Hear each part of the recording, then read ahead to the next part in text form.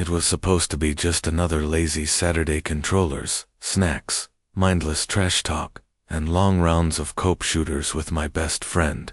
But as I stood at his front door, ringing the bell, something already felt off. Not bad, just different. Like the air had shifted, and no one told me. His brother opened the door, and just like that, everything changed. "Hey," he said, leaning against the doorframe like he'd been expecting me.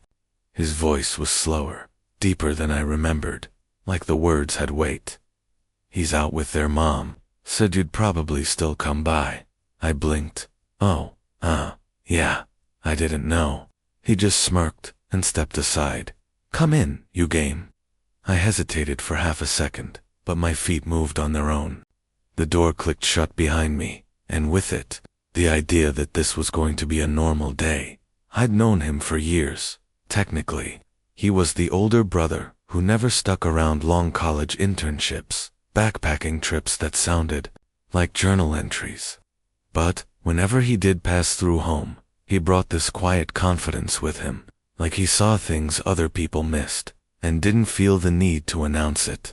Like he watched instead of chased, and sometimes I caught him watching me. It wasn't obvious. It was in the way he'd pause in the kitchen when I laughed too loudly, or how he'd hand me a drink without asking what I wanted, like he already knew. I used to think I imagined it, but now, being alone in the house with him, my mind refused to be quiet. He led me down the hall toward the familiar gaming room low lights. Beanbags, that worn-out couch we'd nearly broken a dozen times. Except now, with his brother gone, the space felt too intimate, like I'd stepped into something private. He sat on the floor, back against the couch, and tossed me a controller. "We still doing no mercy rules?" he asked, raising a brow. "Always." He smiled. "Good." And just like that, the game began. Trash talk, shoulder bumps, fast button mashing. For a while, it felt safe, familiar, like slipping into an old sweater. But every time he leaned closer to pass me chips, or nudged me when I missed a headshot, my thoughts strayed just a little too long. "Didn't think you'd say yes," he murmured after the third round. "To what?" "To staying with me." I shrugged, trying to sound casual. "It's just a game." His eyes flicked to mine. "Sure it is." Something in his tone made my throat tighten. We played in silence after that, tense, but not awkward. Like we were both pretending we weren't listening to the sound of each other's breathing. The game became background noise. The real play was whatever was unfolding between us in glances and half-dashed smiles. At one point, he stretched out his legs, and his knee pressed lightly against mine. He didn't move it, and neither did I. Maybe he was testing something, or maybe I was. That's when he said it. "I get it if this is weird," he said, still looking at the screen. "We can just game, no touching."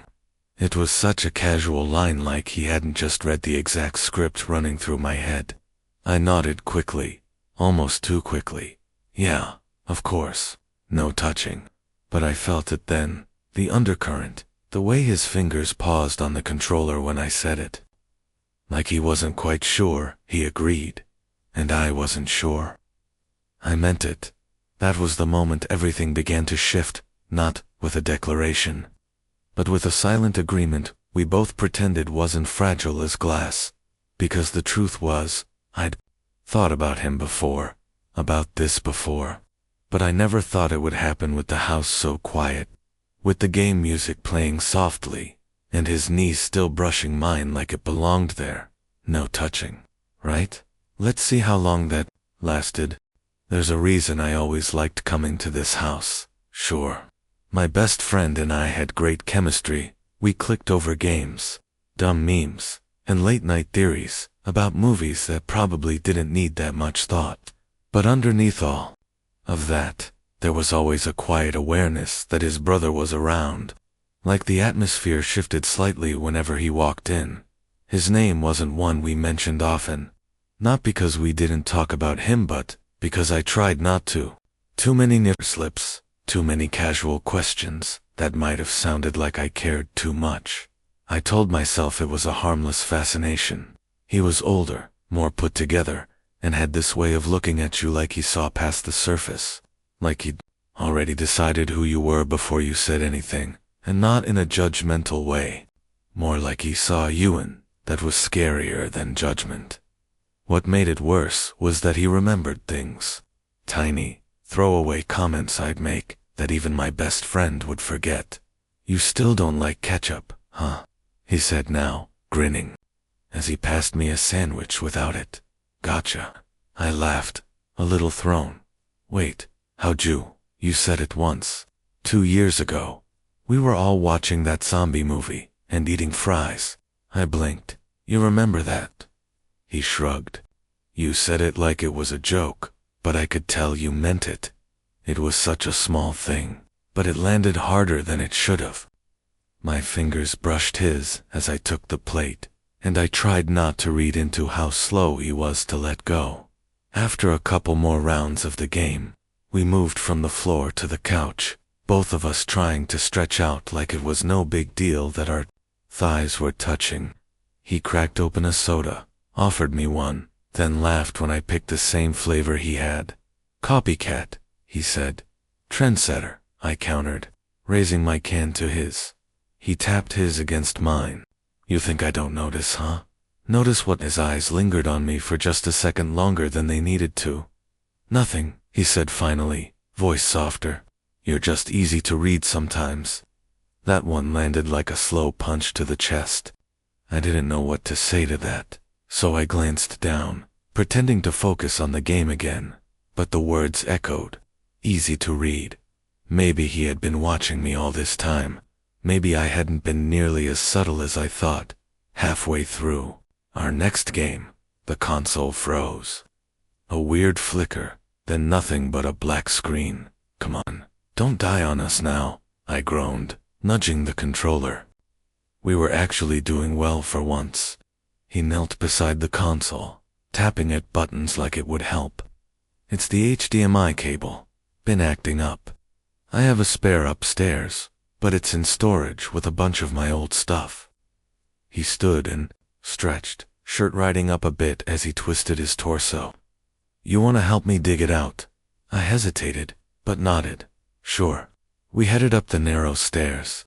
His room was mostly the same, cleaner than his brother's, decorated with older posters, and smelled like worn leather and something a little woodsy, like cologne, that had faded into the air over time. The closet creaked as he opened it.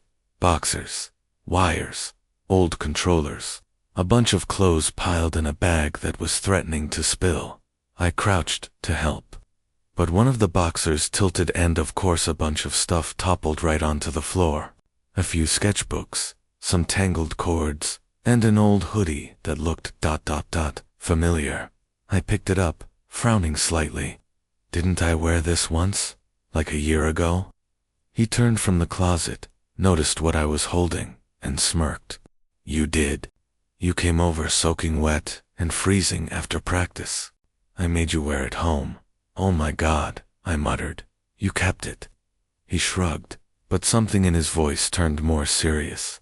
"Smelled like you for a while. Didn't hate it." I froze, hoodie still in hand, our eyes locked. His expression didn't change, still calm, unreadable, but my pulse suddenly sounded way too loud in my ears. It was such an offhand comment, casual, but intimate in a way that made my skin tingle. I swallowed. "Well, I guess it's mine now again." "You sure about that?" He stepped a little closer, just a step, not aggressive, just there. I looked away too quickly, pretending to dig back into the mess. "Let's just find the cable. We found it, eventually, or he did, anyway." My hands weren't very steady after that. On the way back down, I followed behind him, partly so I didn't have to see his face, and partly because I didn't trust mine to hide anything. Back in the living room, we reconnected the cable, and the screen flickered back to life. He dropped down onto the couch again, brushing dust off his hands, and tossed me the controller. "Thanks for helping," he said. "Yeah, no big deal." The silence after that stretched just a little too long, and then he said it again. Casual, but heavy with meaning. So, no touching, still a rule. My chest tightened. I didn't know what scared me more, him asking, or the way my body wanted me to say no. I didn't answer. Not yet. Instead, I picked up the controller again, fingers clumsy, heart racing, and glanced at him out of the corner of my eye. He was already watching me, and I knew, without a doubt, that he had been for a long time.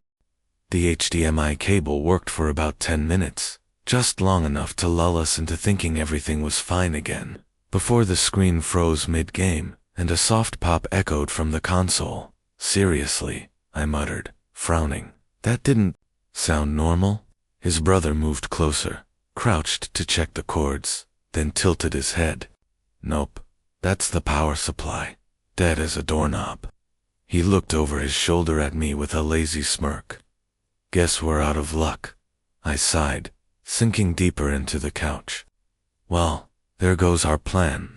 We could go old school, he offered, standing and stretching again. I've got my old handhelds upstairs. Or, he added, lifting a brow, we could do something wild and talk like humans. I gave him a mock scowl. You really know how to make a guy swoon. He grinned, then disappeared upstairs again. I heard drawers open, the muffled shuffle of boxers being dragged out. I leaned back, arms behind my head, trying not to overthink what this whole day had become, but it was getting harder. He returned with a dusty old Game Boy and 2 board games under his arm, eyes slightly wider than usual, cheeks a little flushed. So, he said, plopping onto the couch, you wanna battle or bond over nostalgia? Before I could answer, the lights flickered, once, then again. Then everything went dim, silence. The hum of the fridge cut out. The ceiling fan stilled. Outside, the sun had dipped far enough that the room instantly filled with shadows. You have got to be kidding me, I whispered. Power's out, he said unnecessarily, moving to the window. It happens sometimes out here, old wiring. I stood up, peeking outside. The neighborhood looked half asleep already. No porch lights, no traffic, just the dull golden sky fading into blue. He came back from the kitchen with 2 large candles and a flashlight. Okay, so this is officially a vibe now. I didn't come here for a candlelit board game night with you, I said, trying to sound annoyed. My voice cracked at the end. You sang that like it's not every guy's dream. I gave him a look, but he didn't flinch. If anything, he stepped a little closer. I could smell him again, faint soap and warmth, and something that I didn't have a name for but knew too well. WIF's out too, he added. And your ride's not back for at least another hour, which meant I wasn't going anywhere, and we were alone in a quiet house, lit only by flickering candles, and tension so thick I could have carved it with a spoon. He settled back on the couch, legs spread slightly, one arm draped along the backrest, like he wasn't trying to make space for me, but somehow was. I sat down a little closer than before, close enough that our thighs touched. He didn't move away. We started playing a card game, some old one I barely remembered. Half the time we didn't even follow the rules. We just talked, and not like before. Not the safe stuff. He started asking me questions I didn't know how to dodge. Why don't you date?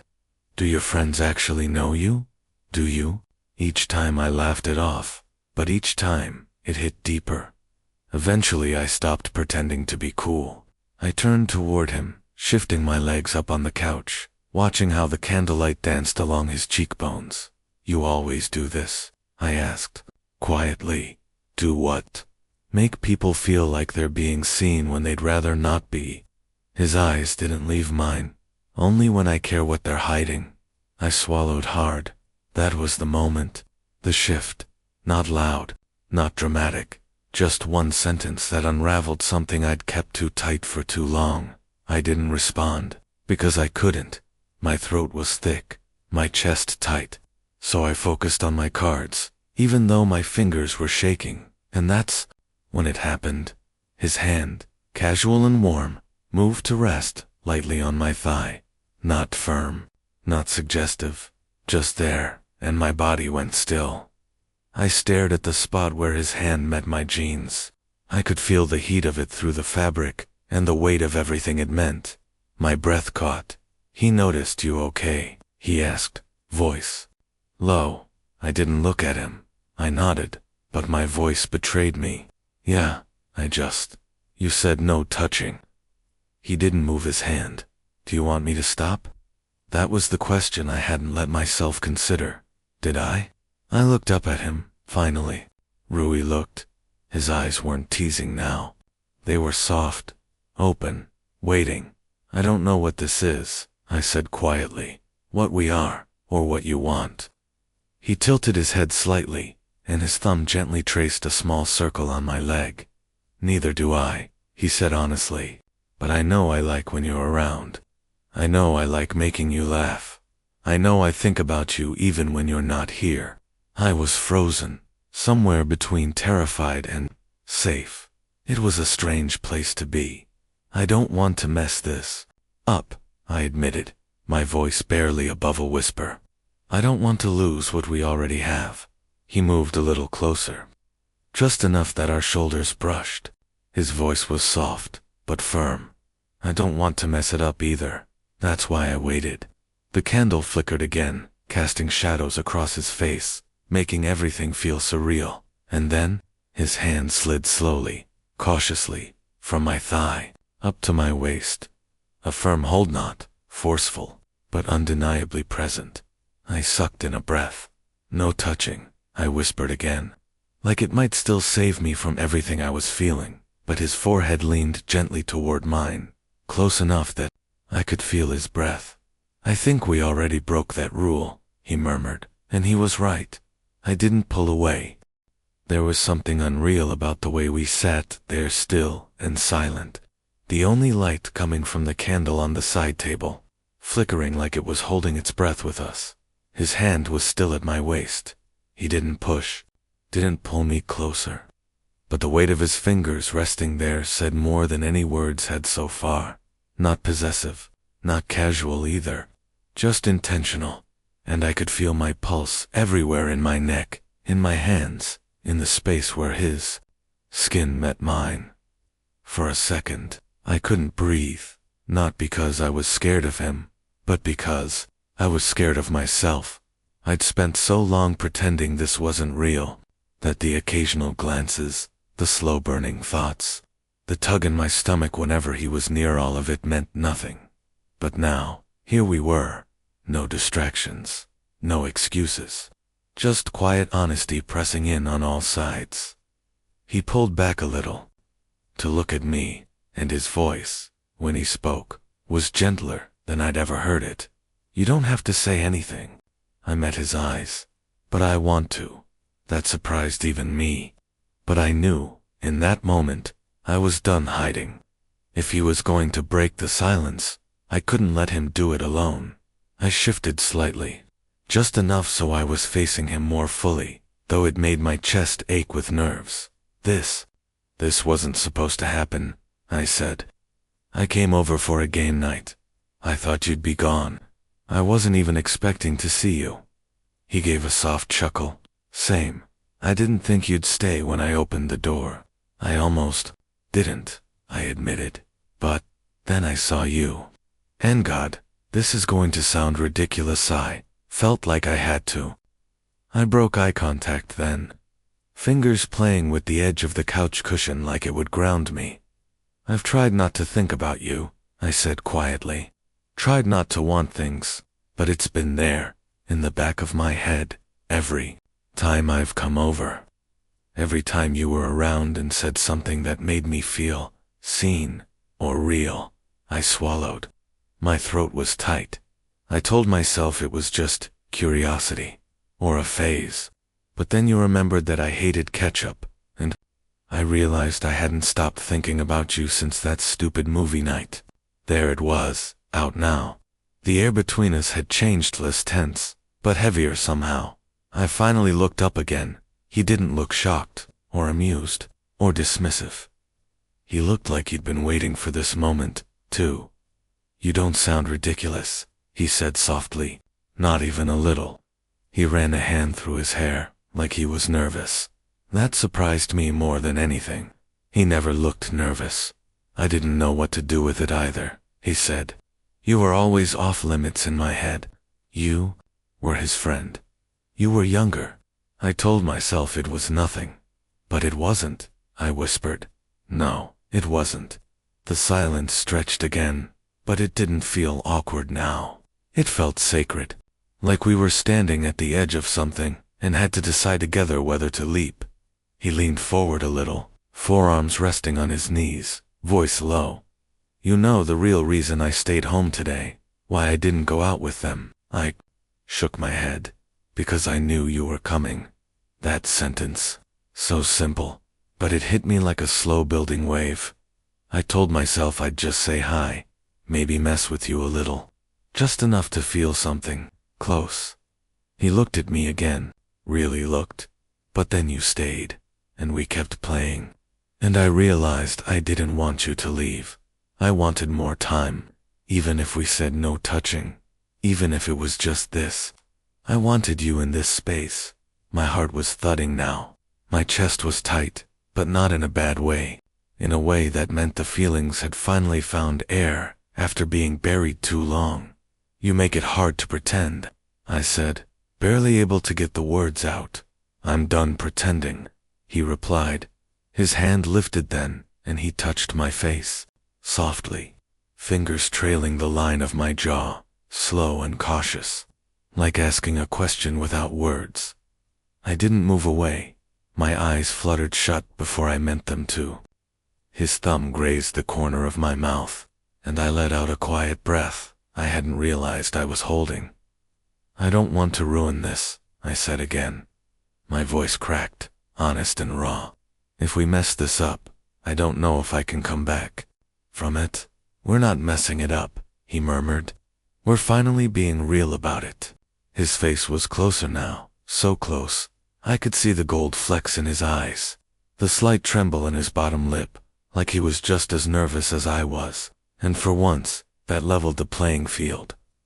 I leaned in first, just a few inches.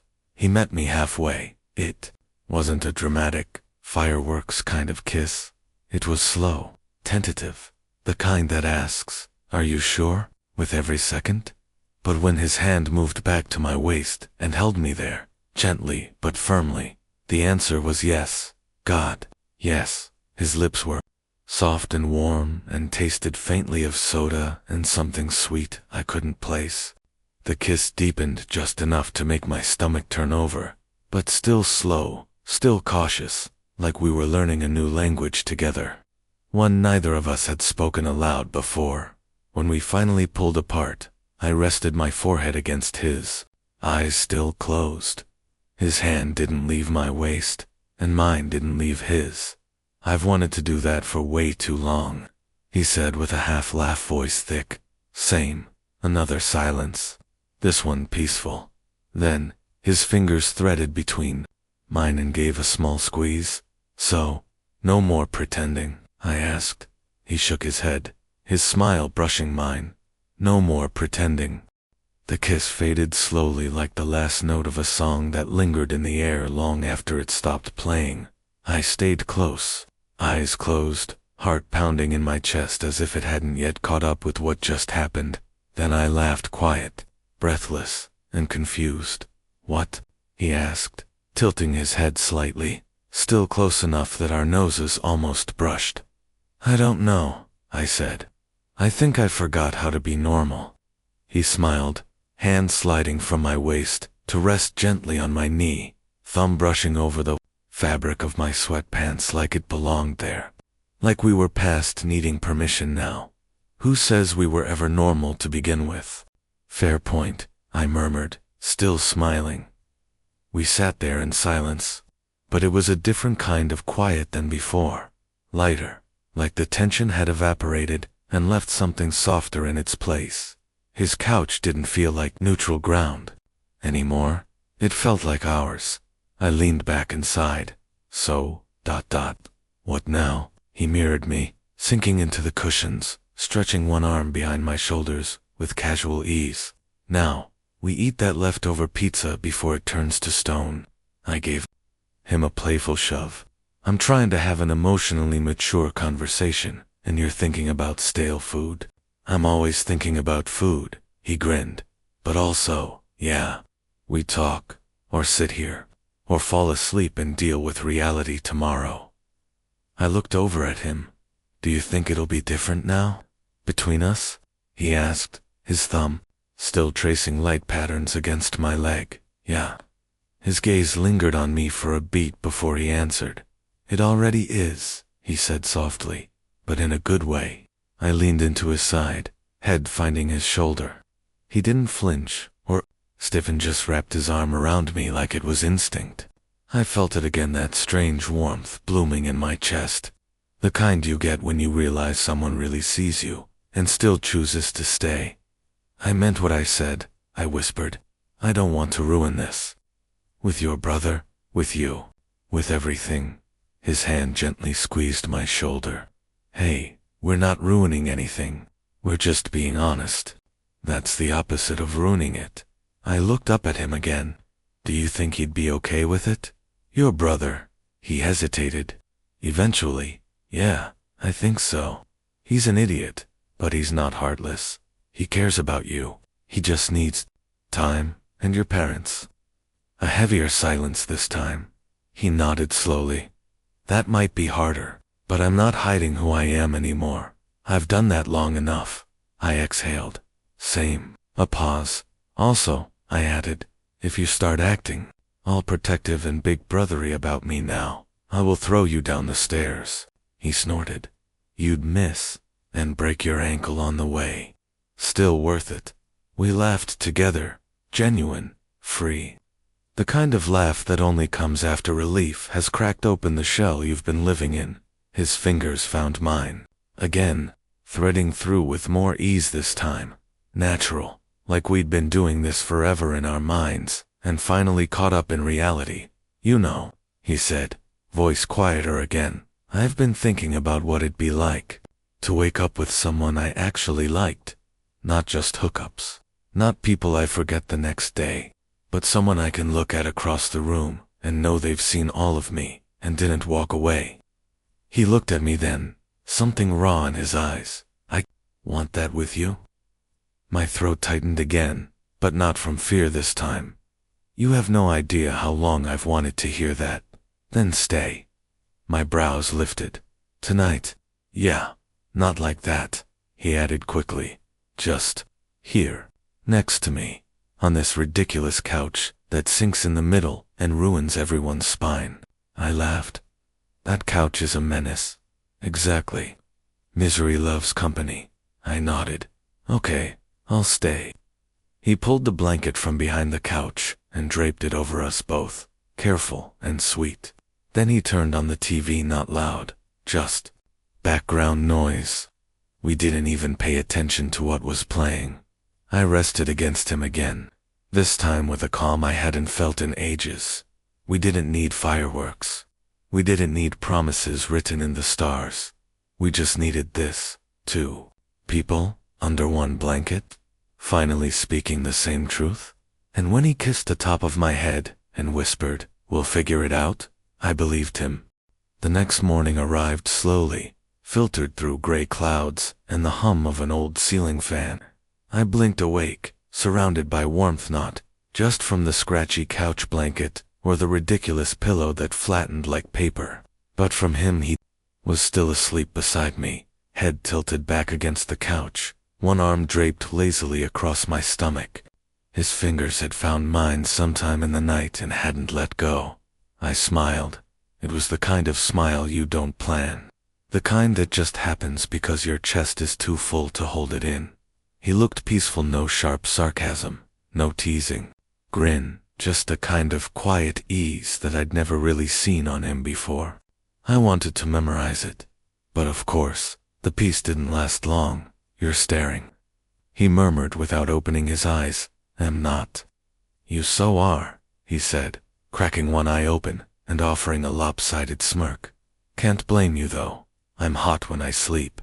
Delusional when you wake up, too, apparently. He chuckled and stretched with a sleepy groan, pulling me along with him until our legs tangled again. We stayed like that, lazy and unbothered, until his phone buzzed somewhere in the room. He groaned louder this time. If that's my mom asking about the house plants again, I'm going off the grid. But it wasn't his mom. It was my friend, his brother. A simple message. Hey, coming back this afternoon. You good? I read it out loud. He nodded slowly. Guess it's time to be real adults again. Do you want to tell him? I asked. I do, he said, but not just yet. I want this. He looked at me, gazed soft. I want you to feel safe in it first. That was the thing about him. Beneath the jokes and teasing, he always knew exactly when to be serious, when to hold something gently instead of hiding it. Thanks, I whispered. I do feel safe. That's new for me. He squeezed my hand. Then we're doing this right. Later that day, we walked to the nearby coffee shop, the one he always complained about, because they never spelled his name right. We stood in line, quietly giddy. The kind of giddy that made me bite my cheek to keep from smiling too much.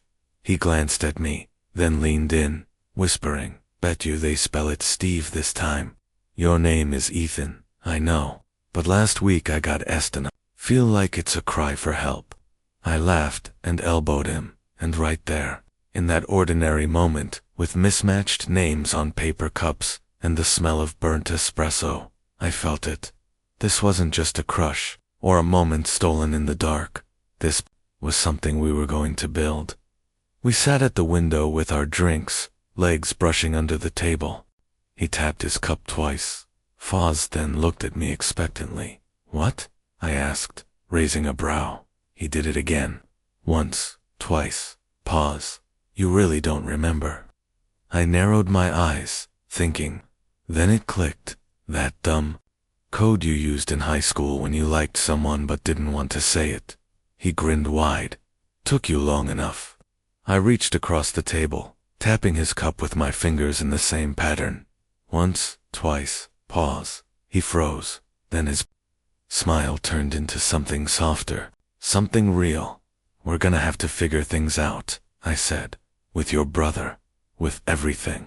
I know, he replied, but I'm not going anywhere. That hit me in the best kind of way. Like a promise. Like someone handing you their favorite hoodie and saying, You're safe now. This is yours. Outside the window, the clouds began to part just a little, just enough to hint that the day might clear up. We finished our drinks, walked back slowly, shoulders brushing. When we reached his door, he stopped, pulled something from his hoodie pocket, and pressed it into my hand. A small key. To the side door, he said. It sticks sometimes, so you have to jiggle it, but it's yours. In case you ever need a place that feels like yours too. I stared at it. It wasn't roses or diamonds. It was better. It was home.